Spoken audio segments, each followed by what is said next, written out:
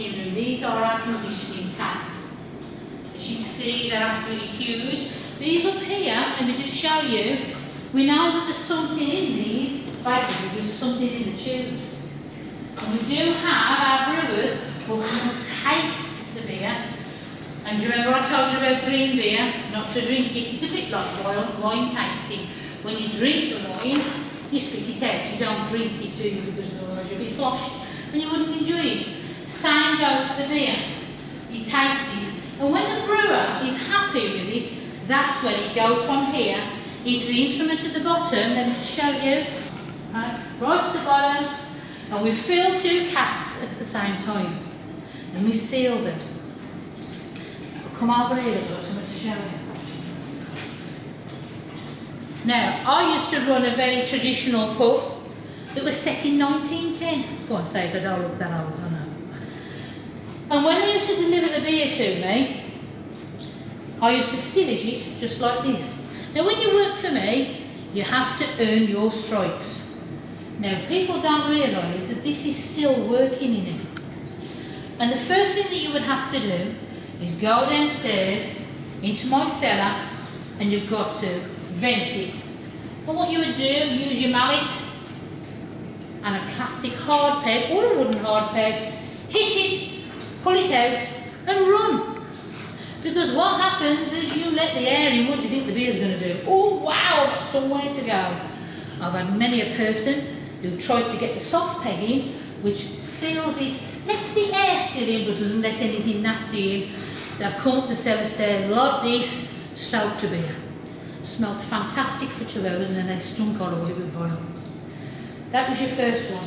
The second one was putting a tap in. Now if you look at the front, you can see we've got a keystone here. If you look at these here, these are still complete.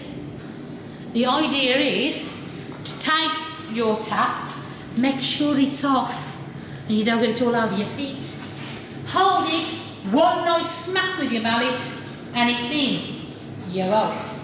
Some people think, oh no, that's not in. Let's give it another smack. So what happens is the keystone splits and it goes all over your shoes. But then you've got to very quickly get another keystone in, otherwise my profits are going all over the floor. Now I'll share a little story with you about Holden's Brewery. When I first took over that pub, set in 1910, I found a cask up the corner. And when I looked at the date, it was 18 months old. I'm thinking, oh dear God, what the hell's in that? So 2 very nice draymen from Holden's came to help me to empty it. And all they did was open the cellar doors and kind of stood about 100 metres that way. I vented it, nothing happened. And then I tapped it, pulled the tap out, and this liquid shot out. Now bear in mind, normally when we start pulling on our casks, we've got to shift it in 3 days. This was 18 months old. A liquid shot out that smelled like a cross between a barley wine and a sweet cherry. It was fabulous. If I'd have known that then, I'd have stillaged it and done its specific gravity to see how much alcohol was in it. But obviously it had carried on maturing in the cask. And they stood, all those 2 brewmen from Holden's Brewery, and watched me get wet. I shall not name them because I'm too nice a person for that. This is what happens at our pub. These are our conditioning tanks. Now remember we looked at that copper, let's just quickly go back through that. Let's quickly go through it. We go to our mash tun, we let it soak in hot water, we've got to get the sugar out, we've got to get the colouring out, we've got to get the flavour out. We pump it out of there, it's hot, not boiling. We then put it into our copper, where we do boil it, with our hops. Remember, we've got to add our yeast into it, we don't want to kill the yeast, so it goes down to the heat exchange unit, into the hop vat, removes the solid material, and goes up into those beautiful fermenting tanks. And act like Mount Vesuvius if you're lucky, because that's when I know it's a fantastic beer that's in that vat. How many pints do you think? How many pints do you think each time we use that copper and it fills the fermenting tank? What do you reckon? 50? 100? Try 10,000 each time.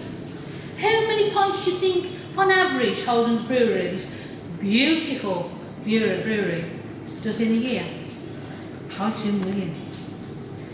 To try and help you to visualise 10,000 pints, follow me. Right, just before we taste our final bottle, we've got some casks. You notice I say casks, not barrels. Everyone, oh, look at all them barrels. They've all got their own names. This one here is a pin. It's usually 4.5 gallon. This is a firkin, 9 gallon. And actually, when I ran my public house, this was the size I had, although I could have a lot of customers. Because my philosophy is, if you can make in 1 cup of tea, don't make a great big pot. So it kept it really nice. This is a Kilderkin, 18 gallon. And this one here is a barrel.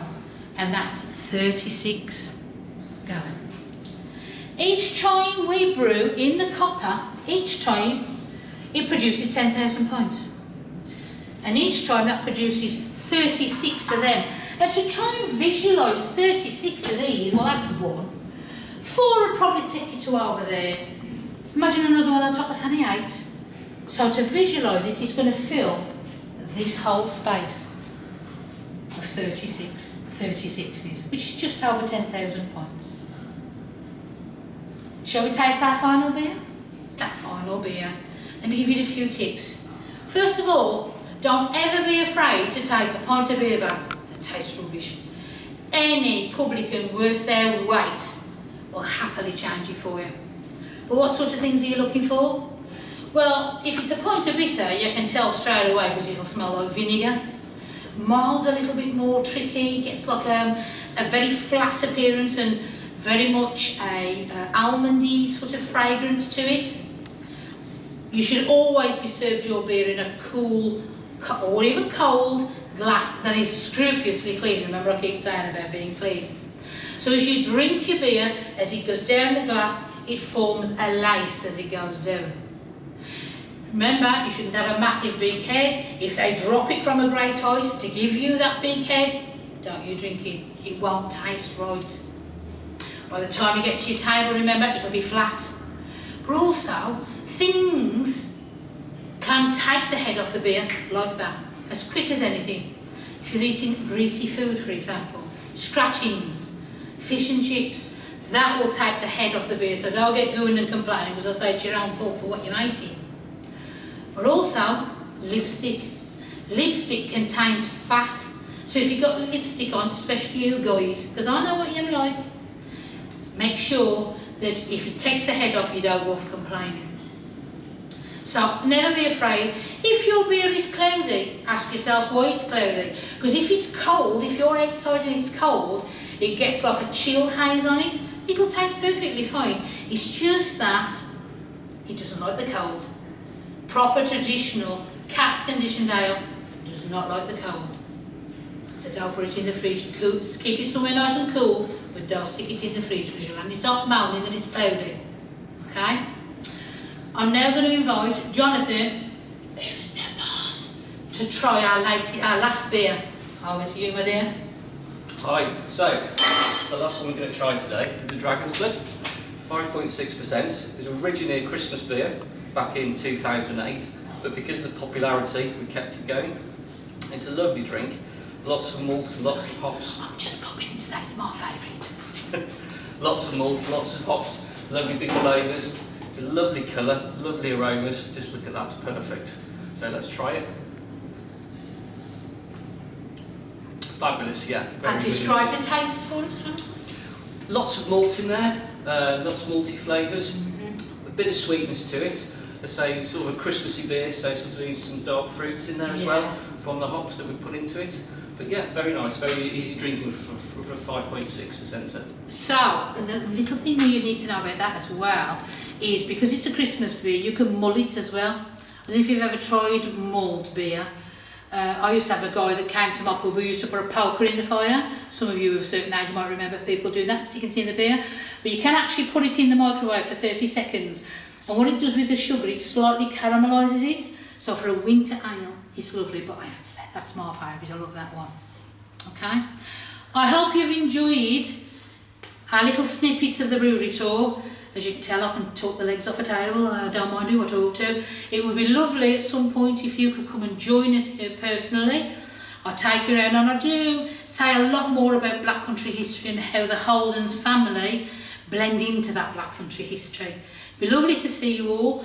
We do the brewery tour, and then right at the end we go back into our shop where you get to taste loads of beers.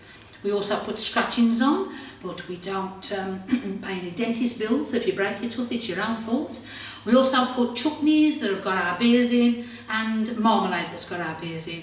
So it's a big experience. You also get to take away a bottle of beer of your choice and a glass that we only give out to people on the brewery tour. So enjoy drinking our beers, and I hope to see you soon.